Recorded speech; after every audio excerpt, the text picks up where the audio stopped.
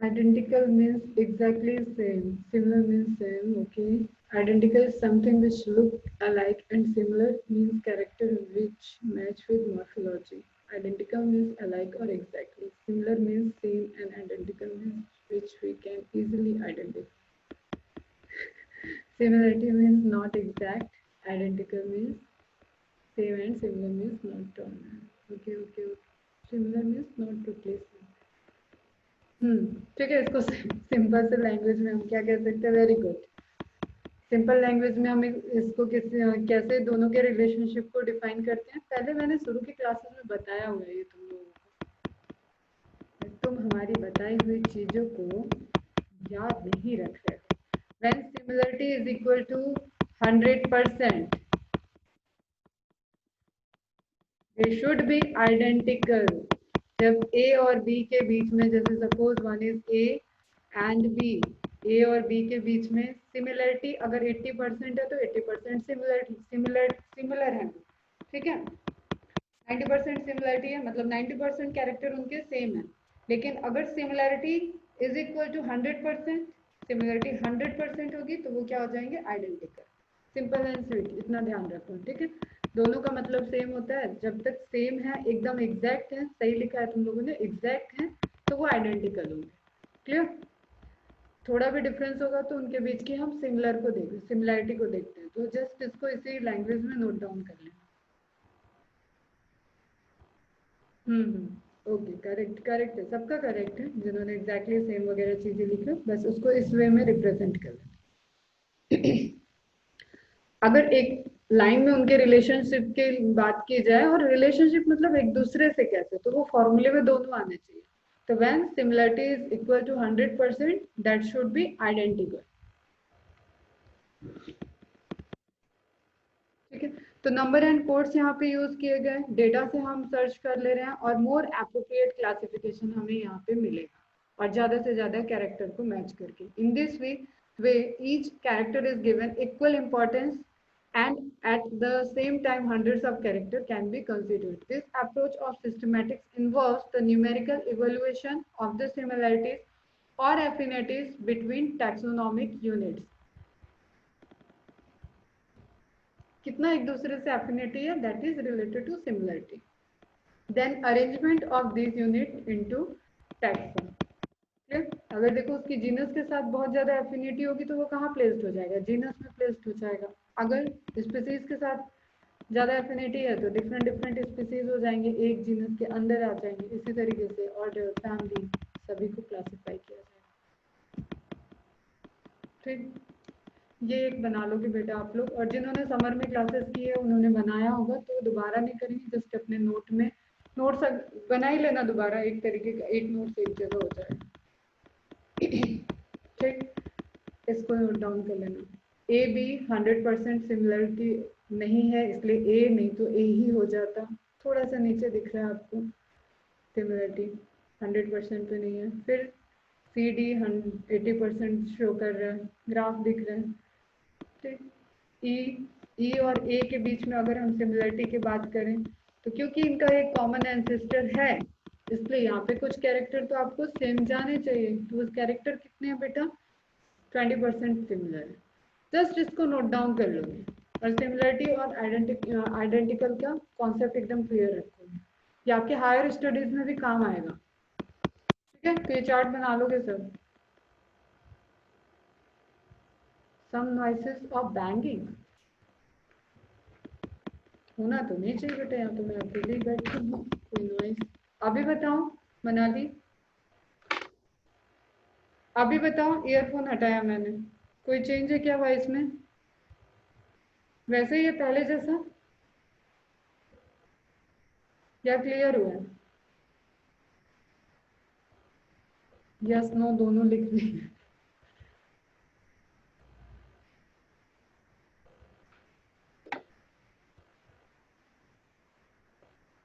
अभी क्लियर है?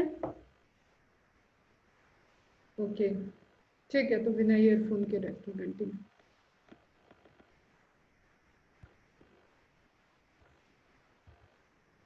ठीक है बेटा, तो ये ड्रॉ कर लोगे आप लोग, just for the concept numerical taxonomy के लिए। नाउ इसकी समरी देख लो फटाफट। Eukaryotic multicellular chlorophyll containing and having cell wall, ये प्लांट की कैरेक्टरिस्टिक्स चल रही है। अभी जो हम लोग कैरेक्टर क्लासिफिकेशन देखे वो हम लोग पूरा एक जनरल क्लासिफिकेशन की बात हो रही थी कि फाइलोजेनेटिक कैसे होती है, numerical taxonomy, artificial system of classification, natural system of classification, सब हमने अलग अलग बात की, तो वहां तक कॉमन चल रहा था। ठीक है, अब ये पॉइंट्स सारे आपको प्लांट्स के पॉइंट ऑफ व्यू से। तो यूकैरियोटिक, यहाँ पे आप हेडिंग डाल लेना plant classification. chlorophyll containing and having cell wall are grouped under the kingdom Plantae. It is a properly known as plant kingdom. पहले भी ये लाइन आ चुकी है। Now phylogenetic system देखा हमने of classification based on evolutionary relationship is presently used for classifying plants. ठीक, जब हम उनको कंप्यूटर बेस्ड टेक्नोलॉजी से यूज करते हैं तो वहां पे numerical taxonomy we use computer by assigning code for each character and analysing the feature. जब तक हम कुछ पेपर डेटा इनसे एनालिसिस कर रहे हैं तब तक ये न्यूमेरिकल टैक्सोनॉमी में कन्वर्ट नहीं होगा। जब हम उन डेटा को हमने पेपर से हटके कंप्यूटर के पॉइंट ऑफ व्यू से कोड देके यूज किया और क्लासिफाई कर रहे हैं, then it is numerical taxonomy. तो हर किसी का पिछले से तो आप देख ही रहे हो कि कंसिडरेशन है, कैरेक्टर्स को स्टडी कर रहे हैं, वो हर कोई कर रहा है, लेकिन उसका एक्स्ट्रा पॉइंट क्या है वो आपको फोकस करना है। Clear? Cyto, cyto taxonomy, cyto means क्या होता है फटाफट बताओ। Cyto means cytology, branch of, बेटा fast reply, cell, very good, cell cell. ठीक है, cytology is the branch of study about the cell.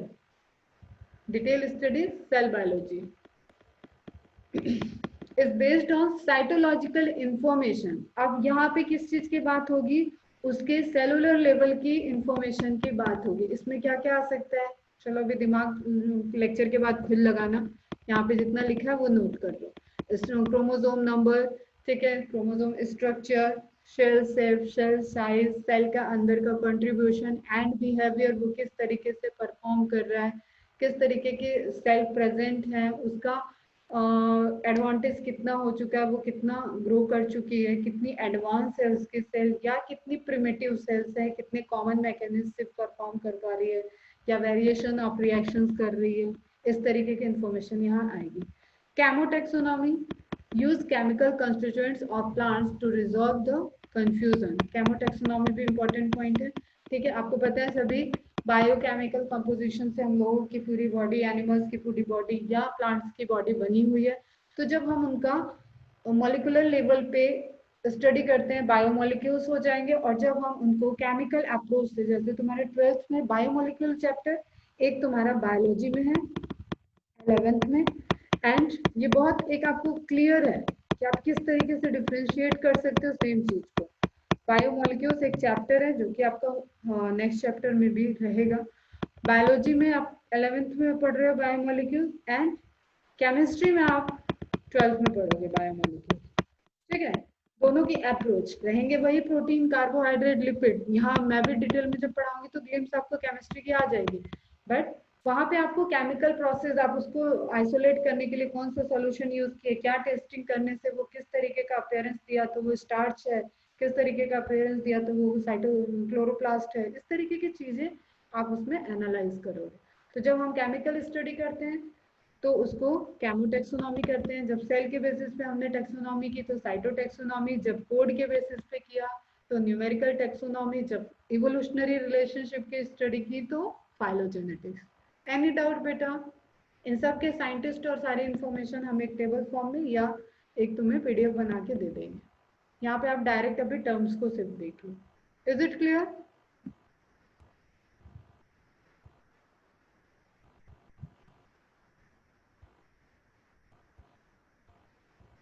बेटा समझ में नहीं आ रहा है? अब मे भी एक ही पॉसिबिलिटी बचती है कि लैपटॉप का फैन की आवाज जा रही हो, लैपटॉप के फैन की हो सकती है आवाज आ रही हो।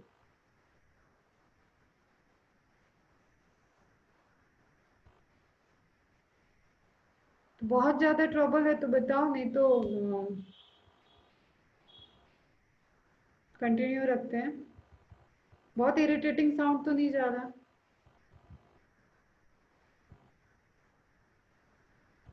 ओके, अभी बोल रही हूँ तो नहीं आ रहा है, जब लिख रही हूँ तब आ रहा है।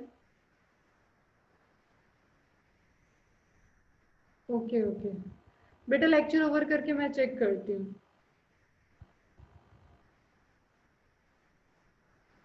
तो cytotaxonomy that is based on cytological information like chromosome number, chromosome size, चलो मैं लिख नहीं रही हूँ, लिखा है वही है, chromosome number, chromosome size, chromosome morphology, chromosome behaviour during meiosis. ये सारी स्टडी अगर हमने इन्वॉल्व कर दिए सेल के अंदर के स्ट्रक्चर की, that is cytotaxonomy. Chemotaxonomy that uses the chemical constituents of the plant to resolve confusion are also used by taxonomists these days। Chemical level पे और साइटो लेवल पे जब हम स्टडी करते हैं तो ये और भी ज़्यादा आपको क्लोजली रिलेटेड इंफॉर्मेशन देगा, क्योंकि आप जितना डेप्थ में जाओगे, इसको आप इसी तरीके से ध्यान में रखो कि जितना आप किसी को जानोगे उतना उसके बारे में आप क्लियर अपना परसेप्शन दे सकते हो। कम जानकारी बहुत हार्मफुल हो जाती है कभी कभी। ठीक, तो नाउ नेक्स्ट लेक्चर में हम लोग प्लांट किंगडम से स्टार्ट करेंगे, जिसमें आप एक समरी देख लो, एक होते हैं क्रिप्टोगैम, एक होते हैं फेनरोगैम। अलग अलग बेसिस है क्लासिफाई करने के लिए। क्रिप्टोगैम, फेनरोगैम सिंपल सा है, जिस प्लांट में सीड बनते हैं और जिस प्लांट में सीड नहीं बनते हैं। तो नहीं बन रहे हैं, they all come into the phanerogam. Seed नहीं बन रहे हैं वो सब क्रिप्टोगैम में आ जाते हैं, एंड सीड बन रहे हैं तो वो सब कहाँ पे आ जाते हैं, फेनरो में। ठीक है, क्लियर। तो थैलोफाइटा, ब्रायोफाइटा, थैलोफाइटा मीन्स यहाँ पे अब स्पेसिफिक फंजाई को अलग कर दिया गया है तो एल्गी आता है, लेकिन फिर भी एक क्लासिफिकेशन सिस्टम में Thallophyta means lichen, algae and fungi and basics bryophyta. जब हम हायर स्टडी करते हैं बायोलॉजी में तो वहाँ थैलोफाइटा में हम इन सबको पढ़ते हैं। लोअर ब्रायोफाइटा को फंजाई, एल्गी इन सबको और लाइकेंस को भी पढ़ लेते हैं। वैसे तो लाइकेंस की कोई जगह नहीं है, लेकिन उसके कैरेक्टरिस्टिक्स एल्गी फंजाई वाले हैं तो वहां पे हम उसको पढ़ लेते हैं। फेनरोगैम में तुम्हारा सीड फॉर्मेशन सिर्फ जिम्नोस्पर्म और एंजियोस्पर्म में आता है। फिर उनके बीच का क्लासिफाई क्या हो जाता है कि सीड नेकेड है या क्लोज्ड है। तो नेकेड होगा तो जिम्नोस्पर्म, क्लोज होगा तो एंजियोस्पर्म। इस तरीके से हम लोग कल देखेंगे प्लांट सिस्टम के basis of classification and properties. Clear है बेटा आज का लेक्चर? तो ये कुछ फ्लो चार्ट हैं जिनको मैं आज यहाँ पे पीडीएफ बना के शेयर कर दूंगी। सारे बनाने की आपको जरूरत नहीं है, इस पे अभी आप मत जाना। सिंपल आप जो हमने टैक्सोनॉमी के सारे टाइप्स बता दिए, natural, artificial, phylogenetic, numerical, cladistic and डेंसाइटो एंड कैमो, ये सारों को आप एक बार रिवाइज करके और समराइज कर लोगे और थोड़ा स्पेस रखोगे। ठीक है, अभी हम इनसे रिलेटेड कुछ इन्फॉर्मेशन देंगे, अगर आप नोट डाउन कर रहे हो तो वहाँ पे स्पेस छोड़ोगे ताकि आप कुछ information related to scientist and all वो आप नोट डाउन कर लो। क्लियर है? लेक्चर ओवर कर रही हूँ बेटा मैं। कोई डाउट किसी को कुछ पूछना हो तो बताओ। हाँ, ये जो पॉइंट्स थे आपको पूरे बनाने हैं, और जिन्होंने समर में बना रखे हैं कुछ पॉइंट्स ही ऐड थे, कुछ समर के पॉइंट है वो वहाँ पे ऐड नहीं करेंगे, क्योंकि ये सब एक बार रीड करने के बात है। कुछ टेक्सोनॉमी में क्या कैरेक्टर्स आते हैं किए हैं, यही क्वेश्चन आते हैं, यहाँ से बहुत क्वेश्चन नहीं आते, इस पर आपको बहुत टाइम लगता है। हाँ, स्टार्टिंग का पॉइंट एनसीईआरटी का है। एनसीईआरटी वाले पॉइंट नोट डाउन नहीं करना, वो आप एनसीईआरटी में मार्क कर लेना और जस्ट एक बार रीड कर लेना। प्योर प्लांट किंगडम कल से हम लोग स्टार्ट करें। Okay, bye, take care, bye बच्चा।